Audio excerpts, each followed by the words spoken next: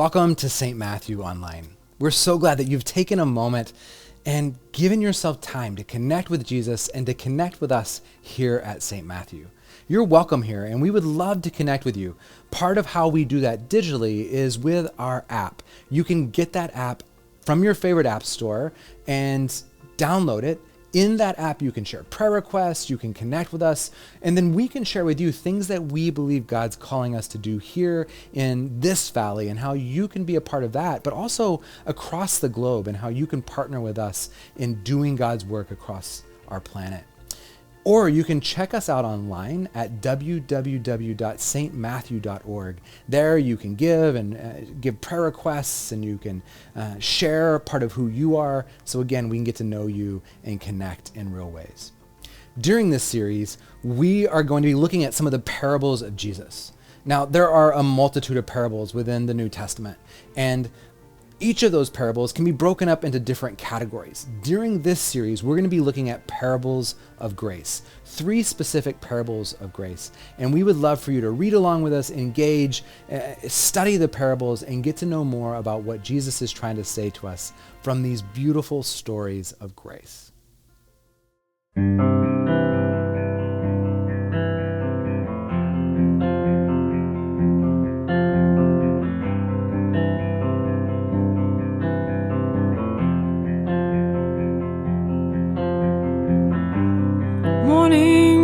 And I have spent every decent thing I am. Pockets empty, now it's you and me. I've been foolish, rash, unruly, taking pride in all I have taken from you. Now it's you and me. And this is love. To everyone but you. And this is love when I have turned my back away from you. And this is love when I have left you for the selfish things I do. And this is love that you still love me in spite of me.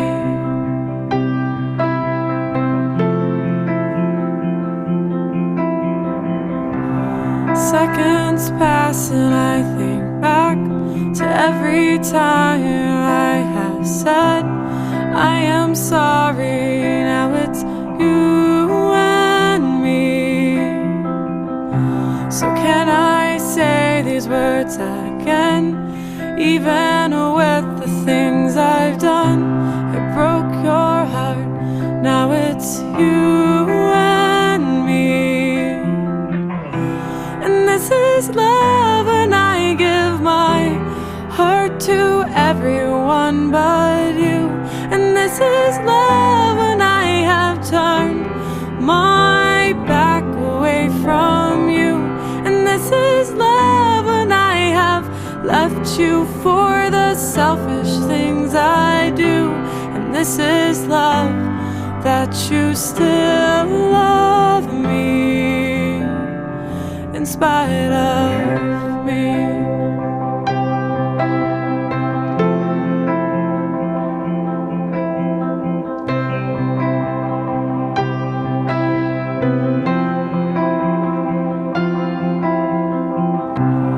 Morning comes and I think back to every time I have said I am sorry.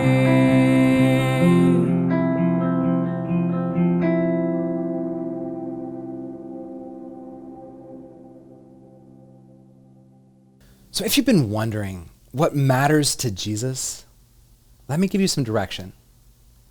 The last, the least, the lost, and the little. That's what matters to Jesus. Now, the majority of the teachings of Jesus and the parables of Jesus deal with these things. And the parables of Jesus can be broken up really into 3 categories: kingdom parables, parables of judgment, and parables of grace. So over the next 3 weeks, we're going to be diving into 3 of the specific parables of grace. And what you will find within these parables is the last, the least, the lost, and the little matter to Jesus. Now, our scriptures for this week's parable come from Matthew and Luke. You've heard the parable before. It's the parable of the lost sheep. In Matthew, the conversation that's happening before this moment is the disciples are arguing about the value of children. Like, should children be able to enter into the presence of Jesus and what's going on in all this? And Jesus keeps referring to them that these little ones matter. And it's out of this context that Matthew gives the story of the lost sheep. But in the Gospel of Luke, the conversation that the disciples are having is who among them should be first in relationship to Jesus. And Jesus makes this turn, and you've all heard this before, that the least shall be first. And it's on the heels of that conversation that Luke gives the parable of the lost sheep and the lost son and the lost coin. So this morning's texts come from Matthew chapter 18 and Luke chapter 15. Matthew 18 says, look at it this way. If someone has 100 sheep and one of them wanders off, doesn't he leave the 99 and go after the one? And if he finds it, doesn't he make far more over it than over the 99 who stay put? Your Father in heaven feels the same way. He doesn't want to lose even one of the simple believers. In Luke, the gospel reads, suppose one of you has 100 sheep and lost one. Wouldn't you leave the 99 in the wilderness and go after the lost one until you found it?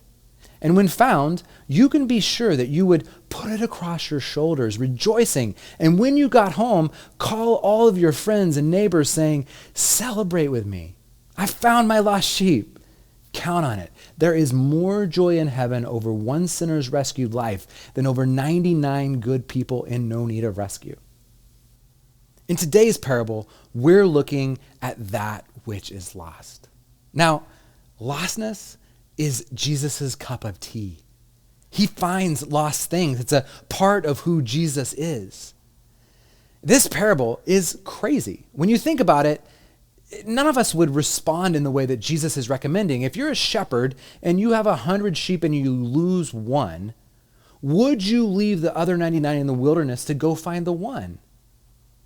Of course not, right? This is a crazy concept that Jesus is broaching with his disciples. This is poor shepherding. Imagine talking to a bunch of shepherds about this, how crazy they would have thought Jesus was in this moment. It's a bad shepherd who leaves 99 to go find the one without securing the 99 first. But this is not bad for the bizarrely good shepherd. Because even if the 99 wander away while he's finding the one, he is first and foremost for finding lost sheep. See, Jesus isn't worried about those that are wandering away because he'll find them too. Just as he did the first one that wandered away, this shepherd knows his sheep. And he'll do anything at any cost to make sure, whether it's the one that's lost or the 99 that's lost, that all of them are brought back together. So for all practical purposes, in the time of Jesus, a lost sheep would be a dead sheep. And there are so many things that could have hurt sheep, right? Because they wander around and they kind of follow the food. The sheep fall into caverns. Wild animals come and eat sheep. There are thieves who come and steal the sheep. You never know who's going to eat a sheep for dinner time. And then you just have the blatant stupidity of sheep. A lost sheep is a dead sheep. See, this parable is about 3 things. First, it radically proclaims outside of the ordinary for a shepherd, that Jesus and God, as the good shepherd, are finding that which is lost, even at the momentary loss of 99, because again, they know that whoever gets lost, 1 or 99, they're not going to stop until all the sheep are found. Now, this is good news. If you're feeling lost in your life, if you're feeling lost on your faith journey, lost in your job, lost in your home, or lost in the chaos of our world right now, hold fast, because the good shepherd is coming for you. He knows those feelings. He knows those realities, and he's not going to leave you wandering in a wasteland. I don't know about you, but I hate being lost. A few years back, when I was still a youth pastor, I took a group of students hiking. Now, if you know me, you know that I don't hike, number one. I don't backpack, and I hate being lost. And it was very clear within the first hour of this trip, not only were we lost, but we didn't even know where the trail was. It was miserable, the feelings that I had of taking these students around, that I couldn't support them or help them or hold them into safety. It's a miserable feeling. Now here's another beautiful part of this parable. What did the lost sheep do to be found? Absolutely nothing, right? There is no merit. There's no earning, no skill. There is no reward oriented towards this moment. For all of you type A people out there like me, this sheep didn't set goals to get back to the shepherd and work out a 5-point plan to return to the flock. If you think you have to find yourself before the shepherd will get off his backside to help find you and meet you in the missing point of your life, then you're missing the point of the parable, and you're also missing the point of God's grace. This parable is about pure grace. That which is lost has been found. That which was left for dead has been resurrected. Now, in the parable in Luke, there are 3 stories of lostness that follow one right after another. You have the lost sheep, the lost coin, and the lost son. And in the midst of this lostness, each of these parables, there is not one single note of merit, not one breath about rewarding the rewardable, not one iota of correcting the correctable or improving the improvable. This is only the gracious, saving determination of the shepherd, the woman, the king and father, who found the lost and raised all that was but dead back to life. See, God's grace finds us where we are, and it doesn't just stop there, it rejoices. This leads us to the third point of this parable and what it's teaching us. This parable is about joy. Not only is the good shepherd full of grace and loves to find lost things, but when the good shepherd finds lost things, he doesn't berate them about how stupid they were for wandering off. He doesn't cast shame on them for getting off the path. No, he celebrates. So in the Gospel of Luke, Jesus has the shepherd not only find the sheep, but take the sheep and put him on his shoulders and head back to his house. And he calls a friend and he calls his neighbors and he asks them to rejoice with him because he found the lost sheep. And then he reminds us that this is how God celebrates for those that have been lost. This is a vivid picture of joy. See, the shepherd finds deep joy in finding lost things. And the shepherd has a will to find.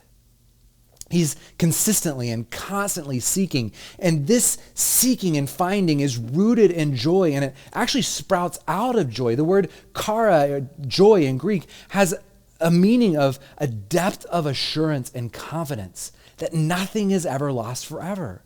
Nothing is beyond its grasp, and therefore, when the thing that is lost is found, what ruptures out of this is joy, rejoicing. So what does it mean for us to be a church following in the way of Jesus according to this parable? It means we got to get acquainted with the last, the least, the little, and the lost. Because if it matters to Jesus, it has to matter to us. So who are the lost around you? You know, at St. Matthew, we value going after the lost. We do this in our partnership with Love a Child, where for these families, these moms who have children and these elder women who have gotten lost in the midst of homelessness. And in the midst of that space, they found this place at Love a Child that has wrapped them up, and it's been the presence of Christ for them. We come around Love a Child to make sure that these families feel loved and feel like they've been brought back to the flock. We do this with the Trinity Center as well. Trinity Center is the only homeless shelter in Walnut Creek, and we invest in them every Monday. We go there, we make food. We used to, before COVID, sit with them and let them know that they're loved and they have a place and a purpose with us. And in many ways, we would wrap them around our shoulders and say, we've got you in the presence of Jesus who's here with us. But what about in your life? What's been lost in your life that needs to be found? Have you walked away from the Good Shepherd? Have you lost yourself? Have you lost your first love or put it to the back burner? Have you retired and lost your passion? Has this pandemic disoriented in a way that you feel so lost that you don't even know where you are anymore? One of the things I learned out in the wilderness that day as I was taking these teenagers, and we were on this backpacking trip when we got lost, I learned the rule of when you're lost, stay where you are. Because that's what's going to help people find you. Some of us in this moment, we need to just center ourselves and to say, God, Good Shepherd, I am lost and I need your grace to rescue me. Where do we need to abandon ourselves to the shoulders of the Good Shepherd and let them carry us home and celebrate us? Release our shame, release our guilt from walking away and just grab a hold of the shepherd's neck and say, I'm home. See, grace is coming for you. And we're called to be the grace that goes after those that are lost. So won't you join me in being a good shepherd?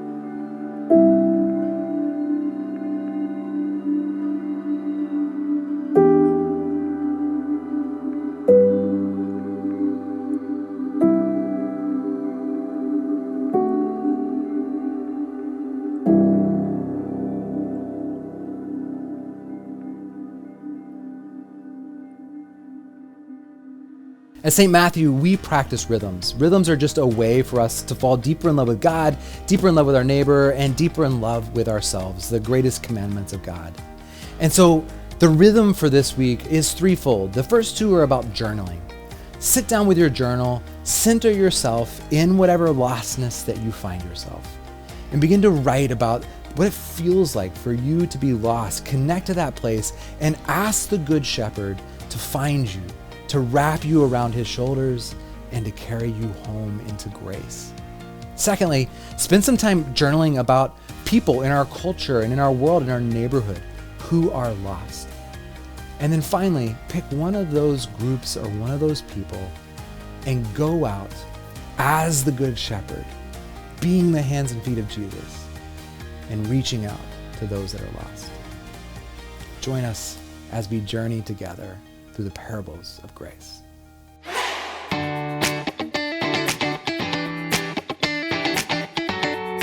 Thank you for joining us today. St. Matthew is a neighborhood church making a world of difference through people like you, living out the message of hope, grace, and love each day. We invite you to connect with us digitally by downloading our new church app on the App Store or Google Play. Through the app, you can connect with the vision and mission of St. Matthew, find groups to connect with, be prayed for, and even give. We invite you to join our community of faith and to help us make a difference in the world.